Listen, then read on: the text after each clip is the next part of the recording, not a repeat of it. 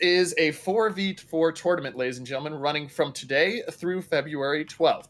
Game results will be scored using an ELO rating system, which means simply if you win, your ELO goes up. You lose, your ELO goes down. Over time, the teams that win more will have higher ELO, which means that they will earn less and less ELO usually for each win because they're better. The teams that are lower will lose less and less ELO if they lose. But if a high team loses to a low team, that high team will take a big chunk of their ELO rating and lose it.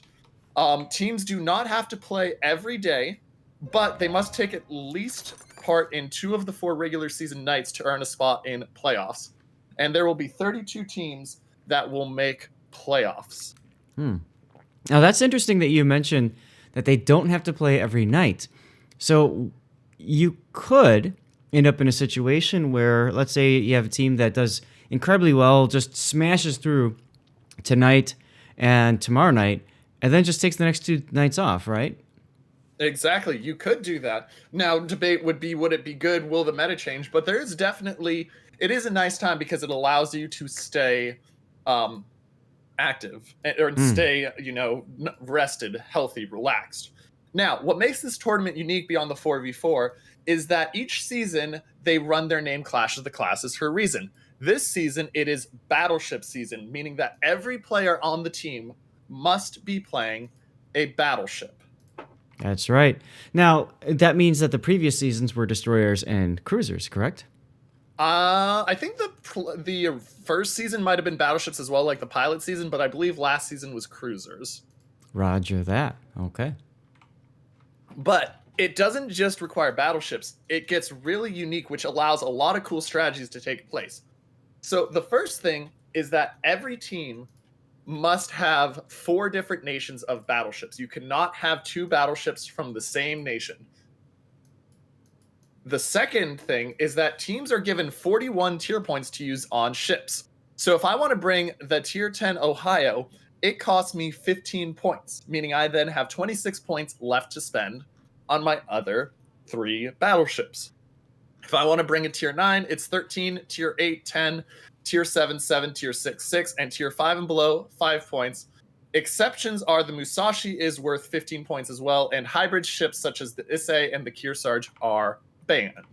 Yeah, it makes sense the Musashi's worth 15, because it's essentially a tier 10 anyway. It really is. It really is a tier 10. I absolutely agree with that. But this becomes a question of what do you do? Where is your best setup? Do you do a tier 10 battleship, but then you only have 26 points to divvy up between your other ones? Do you do 2 tier 9 battleships so that you can get a couple higher tiers, even if it's not a tier 10, and then get some mid tiers? Do you play a mix of all tier 7s or 8s? There's a lot of different strategies I think we're going to see here. I really like that. I think that gives a lot more variety into what the teams are going to choose to bring. It's not going to be just your typical meta-defining ship, and that's pretty much it, like we see in certain other tournaments. So I'm looking forward to seeing what happens there. So if I could ask you, what are your predictions? What ship, and chat, both of our chats, please, by all means, comment as well with your guesses. But take a gander over at the point values. What ship or ships do you see being used a lot tonight? What do you guys think we're going to see a lot of? Yeah. I mean, there's definitely a lot of choices. I wouldn't be surprised to see a low-tier Russian, just personally myself, because those things are ridiculously tanky still. Oh, God, yes. Absolutely. So I think low-tier that's Russian going to be a may fixture. work out. Yeah, Gangut or Veliki. You got some options down there, but some low-tier Russians. Mikasa memes could be funny, but we'll see what people want to bring. I don't see Mikasa. I agree with you. Low-tier Russian could be possibility.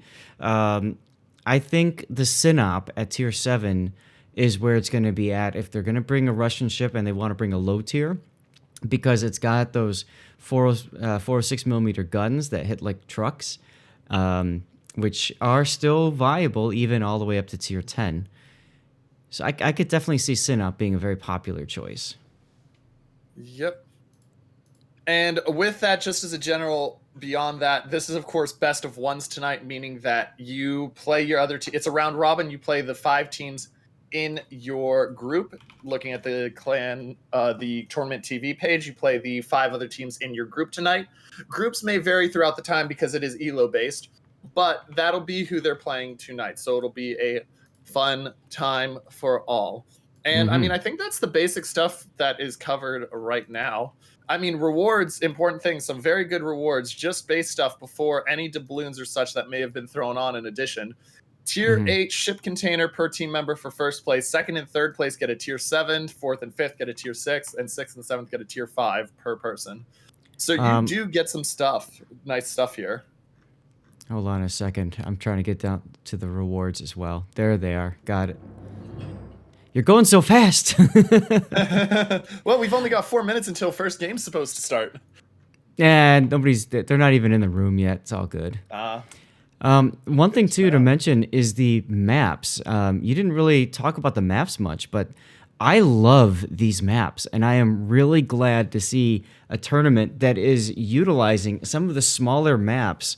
That means that I think this is much more accessible as a tournament to players compared to some of the other big name ones, because these are maps that people are generally more familiar with in the early to mid game. So that's pretty cool. That is really cool. Yeah. Now, I know our first map, and I'm trying to find the full map list here. The first map of the night is Polar, which is going to be very interesting.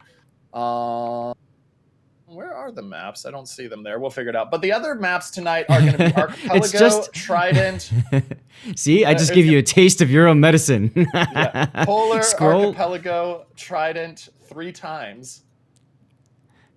Oh, that's interesting that because Trident isn't on the list. That's really interesting. So if you scroll just below the ship point values, that's where it shows the maps.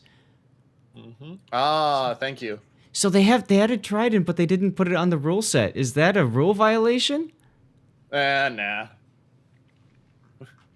We can see Hold My Beer in there editing. But also important to note that it's a mix of them. So you'll see sometimes domination, sometimes no caps just brawling. Like if you look at Ocean Armor Resilience Test, so no caps, it's whoever survives and walks out of it. Which is awesome, by the way. I agree. That sounds amazing. And then stuff like Epicenter.